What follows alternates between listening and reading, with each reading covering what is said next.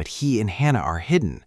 When Patrick spots Ethan talking, they open fire on the tower. Ethan is hit, but he helps Hannah and Connor get out safely.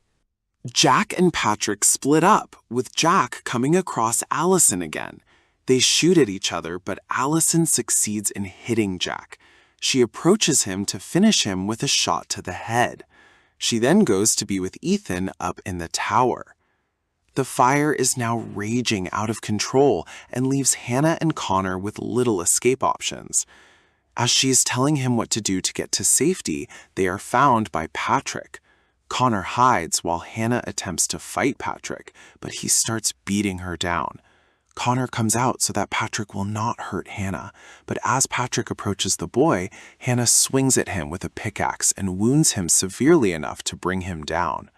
The flames grow wilder, and Hannah leaves Patrick to burn to death while she and Connor run down a hill and into the river to avoid being consumed by the fire. In the morning, the fire has gone out, leaving most of the forest burnt badly.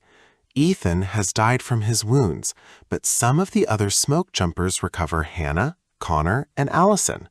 News crews and medics arrive on the scene. Connor tells Hannah that he has nowhere to go, but she promises to help him figure it out. She takes him to the crew, where he will expose Arthur, and the smoke jumpers do what they can to salvage the forest. Veteran smoke jumper Hannah Faber feels a great deal of guilt from a previous mission that left some of her crew and 3 boys dead in a raging forest fire after a bad wind reading. She comes across a boy named Connor Cosserly, whose father Owen was murdered by hitmen brothers Jack and Patrick Blackwell under orders from their boss Arthur Phillip, due to Owen and his district attorney boss having evidence against Arthur. Hannah promises to help Connor to safety, but the Blackwells set fire to the forest to lure Connor out. Sheriff Ethan Sawyer and his wife Allison also encounter the Blackwells, but they hold their own against the brothers. Ethan is mortally wounded when the Blackwells find him talking to Hannah in the fire detector tower, and they split up to go after them. Allison kills Jack while Hannah fights Patrick and leaves him wounded from a pickaxe before leaving him to burn to death in the growing fire. Hannah and Connor manage to escape the fire. After the fire dies out, other smoke jumpers arrive to rescue Hannah, Connor, and Allison while Ethan succumbs to his wounds. News crews arrive so that Connor can present his father's evidence to them and help put Arthur away.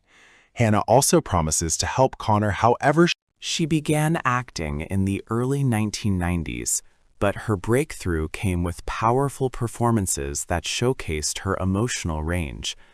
Her role in Girl Interrupted, 1999, earned her an Academy Award and established her as a serious actress.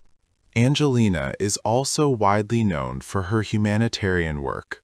She has worked with the United Nations, advocating for refugees and human rights around the world. In the beginning, the Celestials created the sun and other forms of life, but monstrous creatures known as deviants began to run rampant. The leader of the Celestials, Arishem, David K., brought forth an immortal group of superhumans known as the Eternals from the planet Olympia and sent them on their ship, the Domo, to Earth. The Eternals awaken, with Arishem choosing Ajak, Salma Hayek, to lead them. Ikaris, Richard Madden, meets Circe, Gemma Chan, as she sees Earth for the first time and says it's beautiful. They are joined by Thena, Angelina Jolie, Kingo, Kumail Nanjiani, Phastos, Brian Tyree Henry, Druig, Barry Keoghan, Sprite, Leah McHugh, Makari, Lauren Ridloff, and Gilgamesh, Don Lee. The Eternals arrive in Mesopotamia in the year 5000 BC. Deviants attack the humans on the land before the Eternals start to fight.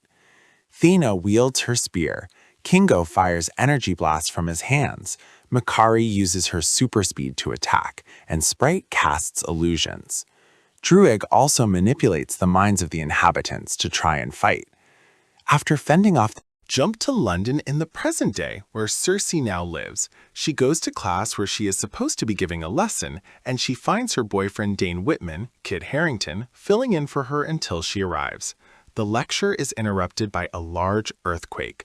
Cersei has her students go for cover and uses her power to stop a large object falling off the wall from hurting a student. Cersei later celebrates Dane's birthday with Sprite and a few others. She gives Dane a ring from his family's history that she has kept for centuries. While walking on the streets, the three are found by a humongous deviant named Crow, Bill Skarsgård.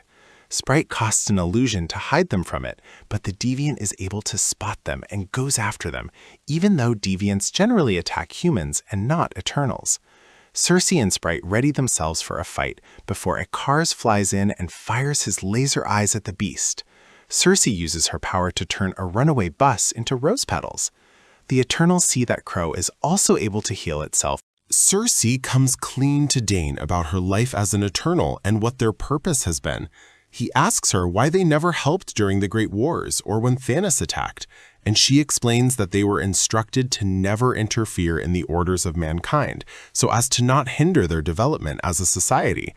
Cersei also tells Dane that she and Icarus were technically together for centuries, but things didn't work out. She later goes back to her apartment to reconvene with Sprite and Icarus, resolving that they need to get Ajak and the other Eternals together to fight Crow.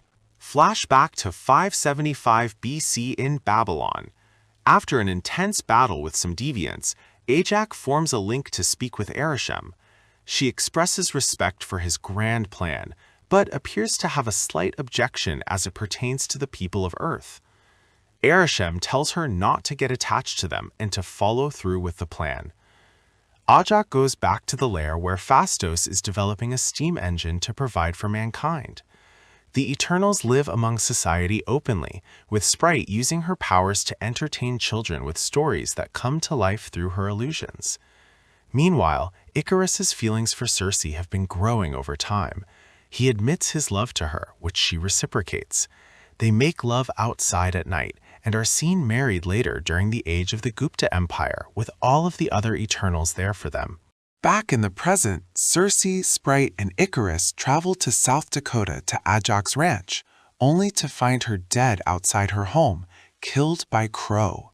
The three mourn their fallen leader, but when Cersei approaches her body, the stone in Ajak's body that was bestowed to her by the Celestials attaches itself to Cersei, meaning Ajak has chosen her as her successor.